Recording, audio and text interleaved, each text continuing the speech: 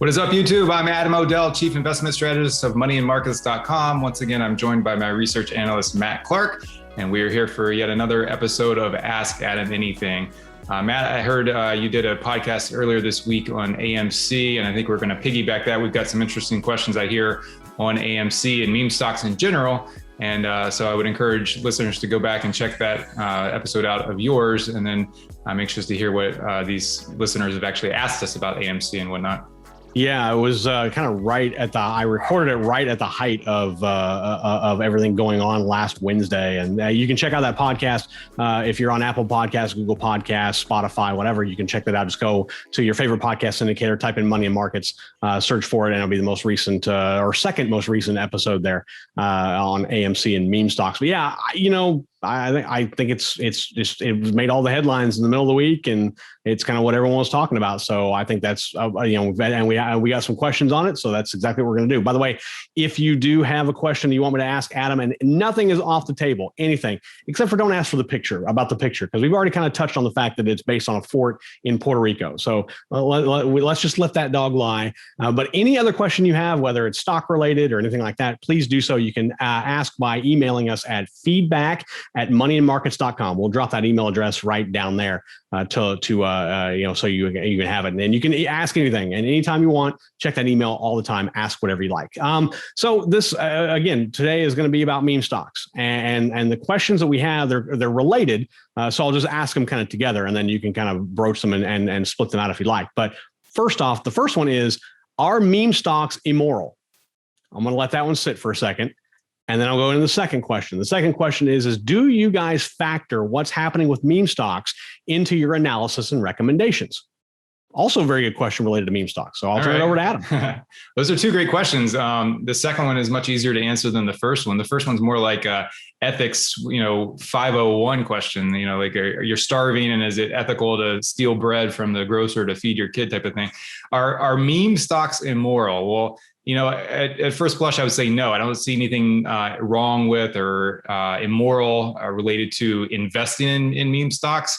That's actually an interesting question. I would have more expected a question along the lines of, is it immoral, if you're going to go that with that word, is it immoral to short sell a stock? So, obviously for folks who are just catching up, these meme stocks are stocks that became very popular on Reddit and other message boards, and, large numbers of small account retail traders, most likely, were decided to band together and make a run on certain stocks that had a lot of short interest. So basically, short interest is hedge funds or other investors that have borrowed shares of a stock that they want to bet against. They borrowed those shares from their broker. They went into the open market and sold those shares short at one price, hoping that down the road they would be able to buy back those same shares at a lower price and thus make their profit. And then once they bought back the shares at a lower price, they would return those borrowed shares to the broker, and their trade would be closed, and they would have made a profit on the difference between their sales price first and their buy price second. Well, the Redditors had a different idea for that. So they basically bought in mass and ran up the price of stocks like AMC and GameStop and Sundial Growers. And they basically did what's called a short squeeze, and they squeezed all of the short positions out so that they got margin called and they lost a ton of money. And so they kind of prevailed on those. But is there anything immoral about short selling? Not really. No, I'm not a short seller. I don't believe in short selling individual stocks personally. I'm kind of a cautious optimist. So I tend to want to be on the long side for long periods of time. I will sometimes take tactical short bets, but more across broad markets and sectors and in a very risk limited way. But I'm not big on short selling individual stocks. It was also kind of reckless how they were doing it in GameStop, just because the short interest was actually more than the float. So that was kind of ridiculous. But I don't think there's anything immoral about short selling. Obviously, the headline is that you're betting that a company is going to do poorly, and that seems immoral. But ultimately, I think that short sellers act as kind of a counterbalance against the overly optimistic forecasts of some bullish investors, and they kind of keep prices in line. So you need a give and a take. So I don't think there's anything wrong with short sellers. The way I look at investing and trading more specifically is that I don't want to call it a game, but there are participants on every side of the market doing every sort of different thing. And so if Redditors want to try to make runs on meme stocks, there's nothing immoral about that. They're trying to get their keep. If hedge funds want to short a stock and I think they can make money on that, they can try that. They're going to get their keep. And there's risk in both trades. So, it's not a risk-free trade. So in my opinion, there's nothing at all immoral about that. Now, the more pragmatic question, do we follow meme stocks, or do we try to jump into meme stocks as a way of making gains in our services, whether that's Green Zone Fortunes, our monthly newsletter service, or my options trading service, Home Run Profits or 10X Profits?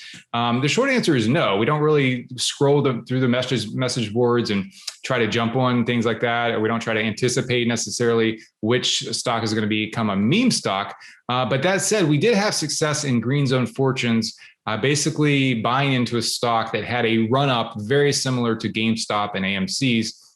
And that company, I probably shouldn't give it away, but I will. It's National Beverage Corporation. The ticker symbol is Fizz, F-I-Z-Z. They're the maker of LaCroix flavored, seltzer water, basically. And that's basically a great brand. The millennials love it. And so it's a good stock. And the reason we got into that stock, Charles and I put out a recommendation to buy that stock in Green Zone Fortunes in December of 2020. And we had a very good case for it. They have a very good brand. They have a moat.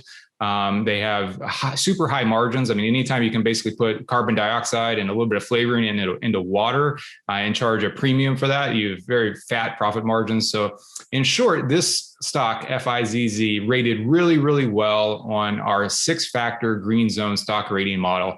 And that's why we bought it. We intended to hold this stock for anywhere from 6 months to 36 months. That's our typical holding period in Green Zone Fortunes. And that's exactly what we intended to do when we recommended the stock in December of 2020.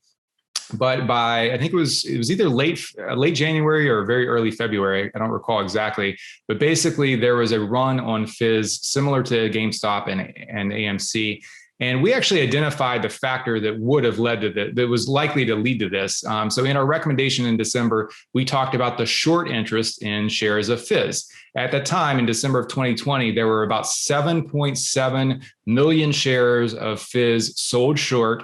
And based on the average volume that traded on a given day, if all of those shorts were to throw in the towel and buy back shares of that stock, 7.7 million shares, it would have taken like 36 days worth of buying activity by those shorts consecutively to fully close out that short position. So what that means is that basically once the shorts are squeezed and they're getting margin calls, they basically all rush for the exits at the same time, and then they become price insensitive buyers. They have to buy the stock, no ifs, ands, or buts about it. They have to buy back the shares to return to their broker. That's an obligation they have. And the broker doesn't necessarily care at what price they pay. So they basically just have to get out at whatever price they can. And when that buying cascade happens, the short covering cascade, basically the stock gets bid and bid and bid and bid higher and higher and higher because these folks have to get out at any price they can get on the screen. So that's why we saw, I think, shares of Fizz. I mean, the stock has split since then, but it basically was up 100%. We locked in 100% profit on half of our position, and we did that in less than a month. So that's kind of a rare case because we don't necessarily target meme stocks, but we did target this one stock because it was well rated for the long run, and we saw this short-term potential catalyst in the short squeeze where there was 36 days to cover of short interest in the stock. And we kind of hypothesized that if there is a run on this stock, whether it's from the Redditors, because it's a meme stock, or otherwise, we could see a short selling rally pretty fierce. And that's exactly what we saw. So the short answer there is no, we don't target meme stocks, but we do factor in something that the Redditors are looking at, which is short interest. And if there's a stock that has too much short interest, meaning too many bearish bets against it, and we think that the longer term prospects of the stock are great, then that's something we're going to go into for the long run. And if we can take 100% profit in a month, then we'll certainly do that on the short run when it happens. So kind of a long-winded answer to two short questions. I love it. Somebody thinks that they're immoral. I would say that we live in a free market. To be an investor is a privilege, and you go in and you risk your money, and there's nothing immoral about that. So. And I think it's important to understand, and I mentioned this in the podcast that I did, is that, these meme stocks aren't based on anything technical or fundamental outside of short positions.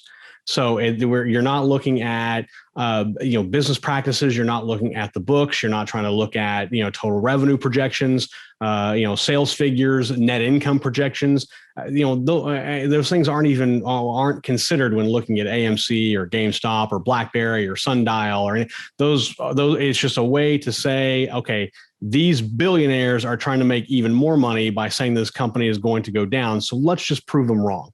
Right. And it just becomes a power of numbers. So you just have to be very, very cautious whenever you're looking at things like that. It's very easy to get caught up in FOMO and the fear of missing out and think, oh, I need to jump on this train and I need to do it now so I can, see where it goes. And that's fine. But, for us, we analyze things, almost to a fault.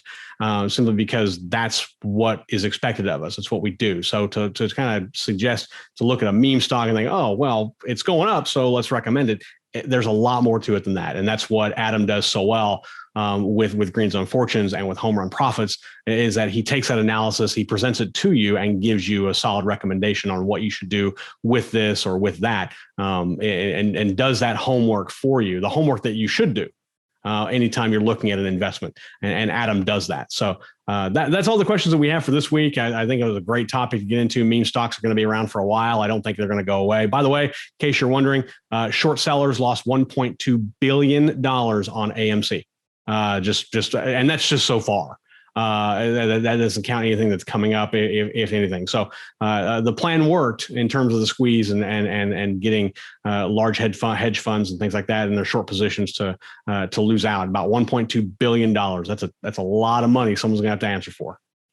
Absolutely. And it's a win for the little guy, if you want to look at it that way. So not every little guy. I mean, you provide some good warning, for a lot of people, by the time you recognize it's a meme stock, you're probably buying in too late. So that's, you don't want to chase it. There are a lot of people that made money on GameStop and AMC, a lot of money. And then there are unfortunately a lot of people that lost money. And, I've scrolled through the forums just out of curiosity. And there are a lot of folks that say, I've lost money that my wife doesn't know about yet. What can I do to make it back? And I don't mean to make light of that, but there are a lot of people that piled in at the wrong time and then got burned. So that's why, as I said with Fizz, we were happy to be in the stock longer term, and we just used the short term catalyst, the short squeeze potential as kind of the icing on the cake or the cherry on top. But that's really why you want to buy solid companies for the long term, whether that's based on fundamentals or technicals, whatnot.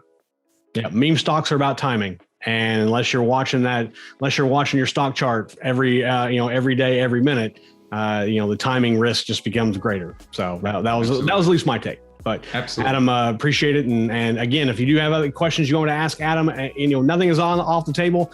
Do so by just emailing us at feedback@moneymarkets.com. Drop that email address right down there. I'll also try to add something about Green Zone Fortunes up here in the corner. Give you some more information on how you can find out more about Adam's service, Green Zone Fortunes, which is a great thing. I think you definitely want to take part in it. Also, check out our YouTube join.